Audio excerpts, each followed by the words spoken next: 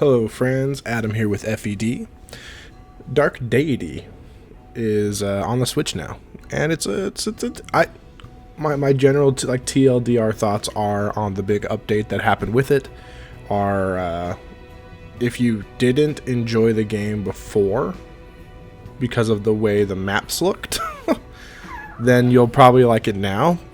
Otherwise, if you didn't like the game for any other reason, then this new update's not going to change your mind. I will say that it being on the Switch and being portable now is really, really cool.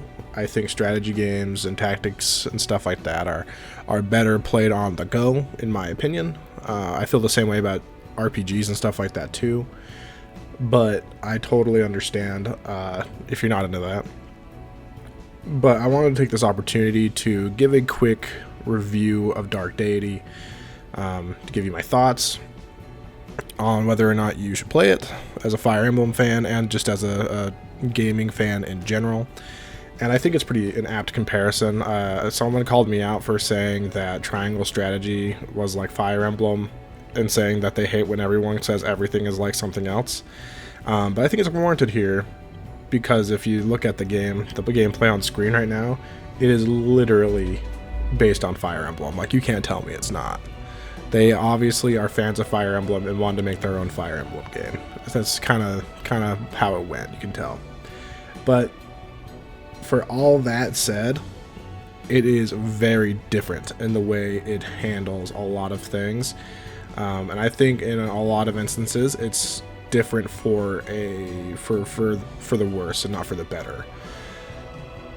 So first, before we get into negative things, I want to talk about things I like about this game, because it is good in a lot of aspects, or in some aspects. It's not just complete trash, and the people who worked on it worked really hard on it. I actually got to sit down and talk with one of the creators, and previously seems like a really chill, cool guy. So definitely don't want to like besmirch his work. It's obviously very, very like. It's definitely like a passion project, definitely like a loved thing. So I really enjoy the overall. I like the character art and stuff. Like, they look good. They have the cute little lines, reminds me of Awakening, or they have just like the little snippets of voice acting during cutscenes and whatever else. And they're like little critical animations. They say something. Sorry if you hear some baby noises. You know, it's just kind of how it is. And I enjoy some of like the littler things with the characters, and I think those are done well. And if you're into supports and stuff in Fire Emblem, they have those here. So the characters are fairly fleshed out to my understanding. I don't really care about the supports all that much, but they're there. And if they're called bonds in this game. Another thing I really enjoy is the weapon. I was gonna say weapon crafting, but it's more like weapon upgrading system. So every unit has access to 4 different types of weapons, and those types are like, it's like a power weapon, a accuracy weapon, a crit weapon, and a like all-around weapon. And you can switch between, like, you always have access to them. You always like, they never break or anything. And the enemy has access to those 4 different types of weapons as well, but I don't think they swap. I think they are kind of like locked into their weapon type when the map loads in, which makes it easier to plan around. I enjoy that. And they do make it pretty easy to see what weapon type they're using, because there's a color associated with it, and there's always a little color by their health bar above them, or below them, wherever, by their character that shows on the map what kind of weapon they're using, so you can kind of plan around that. And, you know, there's give and take with all the weapons, except for the all-around. The all-around weapon kind of, I don't know, for a lot of weapon types, it kind of tends to be the default best, especially for like lances, in my opinion, and that's up to my point of experience. I haven't explored literally everything yet, so. But the weapon upgrading system's cool. I do like it overall, just the weapons in general. It does get a little stale over time because it's just the same upgrades basically for everybody, but it is cool. It is cool. And the way that upgrading your weapon kind of acts like a really good stat booster or something is also really cool. They also sell the items needed to upgrade your equipment at the base. So like as early as like chapter 2 or 3, whenever you get access to the base, you can start buying these things. So what I've started doing is any item I get, even like stat boosters, I sell them so I can buy upgrade tokens to upgrade my weapons, because that just feels more worth it to me. I could be wrong, but it feels more worth it to me. And the tokens aren't like exorbitantly priced until you get to like the tier 3 tokens, and then at that point their weapons are getting pretty strong, so it's like worth it. So yeah, the weapon upgrade system is honestly really good, and I enjoy it overall. Now, character progression is a little lackluster. Now we're going to get into things that I am not a huge fan of. So the character progression I'm not a huge fan of. It's a minor gripe. It's not that big. But they really want you to... This game almost feels more like a deck builder than a strategy game, in that it's really more about building characters and building your units to have different skills and different stuff through promotions and stuff. But there's not like enough customization to really go with what they were trying to do, in my opinion. So they're trying to make this game be... It feels like they're confused as to what they wanted it to be. It's like they wanted this open experience where you can make units go into 4 different classes, and then again could go into a selection of 4 different classes. So you make this unique unit with unique skills, because you get different skills at every with different classes, and that was kind of what they were going for. But then they kept it really rigid and made it so once you make your decision, you can't change later or anything like that.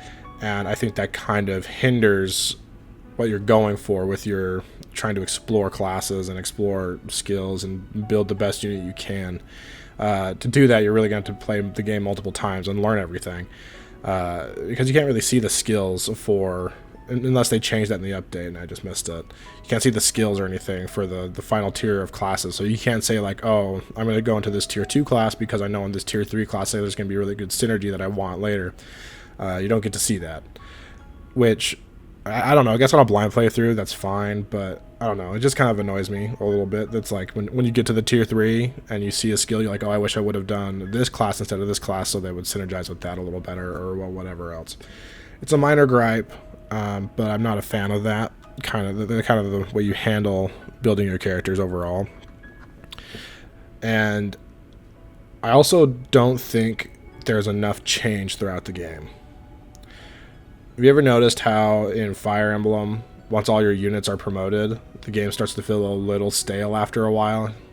I think the only game that really gets around this is... Not the only game, but the games that do get around this are like Awakening and Fates because of reclassing. I think Radiant Dawn gets around this because your army's changing so often. And Three Houses, obviously, because of reclassing and because there's like a million different classes to choose from and stuff. So, and you're always switching around for different skills. So it feels kind of like an older Fire Emblem in that, like, you promote and then now what? So once you get that final promotion, it's just kind of like whatever. You just win the game now, I guess. I don't know. It just feels a little stale after a while. So it's just like a really odd thing to me for a game that wants to be this, wants you to experiment and stuff with characters and make interesting units, that it gets stale over time. Like there isn't enough change in your army throughout the game to remain interesting, in my opinion. So yeah, I think those are like my biggest. Actually, never mind. My absolute biggest problem with Dark Deity now. My absolute biggest problem with Dark Deity. I cannot stand how obtuse the damage calculation is in this game. So maybe it's because it's probably mostly because I come from Fire Emblem, where the damage calculation is super simple, and the idea is that you can see how much damage you're going to deal or take just kind of at a glance. You know, it's always really, it's quick. You just look at their attack and defense, you look at your attack and defense, and you know what's going to happen, basically. You know how the battle's going to go at a basic level, and you know what risk you're taking by placing a unit in the range of certain enemies. You don't really have that here because there's so many factors that go into damage calculation. There's like armor types, weapon types, your strength and mastery and the enemy's defense and mastery or whatever, and it's just too much. There's too much to really get a grasp on it and know how much damage you're going to deal. It ends up being kind of a guessing game of, well, I know that my weapon is good against their armor type, and I know that, you know, maybe their weapon type is like neutral against my, it doesn't like have a huge boost against my armor type, so it's probably fine for me to put them here. But it's like you're not sure if it's okay to put them there, and then it's, oh, what weapon are they using? Oh, they're using a power weapon. Oh, maybe they're like, it's just too much to consider for what I like. In a strategy game, I kind of like to be given all the information and then be able to make decisions after that, rather than kind of estimating what's going to happen and making decisions like that. So, yeah. Also, the enemy AI, it's kind of goofy. Not a huge problem, I guess, but like, I'll try to show it on screen if I remember. But I had a moment playing where Sia would have just died easily. The enemy could have just totally killed her. I mean, he only would have had like a 50% chance to hit. That's a 50-50 to kill a unit. You think the enemy would go for that, but didn't. So I don't know why. Don't know why they didn't go for it. Like, they even had another enemy attack her to weaken her, and then the other enemy attacked someone else when they totally could have attacked Sia. So I don't get the AI, which seems a little inconsistent, but maybe it's not. Maybe it just goes for accuracy over damage or something. Maybe that's what it's going for, but nah, it's not that big a deal. So overall, Dark Deity is it's a fine game overall. It looks fine. It sounds fine. Aside from a few sound effects, I don't know if like the bass is boosted too much or something. It's just some of the sound effects, like when the club weapons, when they hit someone, the smack is just like deafening. I can't do it, man. But a lot of the other sound effects are totally fine. The game, you know, with like the cute little critical animations, when like the face pops up and they say a cute little line about how they're going to murder someone. It's all done well that way. It's presented pretty well, especially now that they've updated the maps to look a little better than they did before in this last update. So, Dark Deity, if you're a Fire Emblem fan and you're looking for a strategy game to play, like you don't have one right now that you're looking forward to or something, it doesn't hurt to give it a shot. Maybe wait for it to go on sale on Steam or something. But it's pretty good overall. If you can get past some of the gripes that I brought up, or if they don't bother you at all. Now, I don't know if you guys would be interested in it. I could play it on the channel. If you want some more kind of thoughts on it, let me know in the comments if you want that. Otherwise, I probably won't. I'll probably just keep playing it on my own time here and there when I have a minute. But yeah, those are my thoughts on Dark Deity. It's all right. It is definitely a good first outing for a development studio, and I'm excited to see what they do in the future. Hopefully they do some more Fire Emblem-like stuff, and they refine the formula that they have going. So yeah, thanks for watching. Please subscribe if you haven't, and like the video. All that stuff I'm supposed to tell you to do. I mean, I don't know if it's really going to influence you to do it or not. I don't know. I need to like really try and see. Maybe I need to start saying it at the beginning, like other people do. I just don't want to I don't want to be like I don't know, annoying. I know some people it's a huge turn-off to hear someone to say, please subscribe to my channel, like they're begging. But the successful channels do it at the start, so maybe I'll start doing it then. I don't know. Now I'm rambling. I better stop recording. Anyways, bye guys.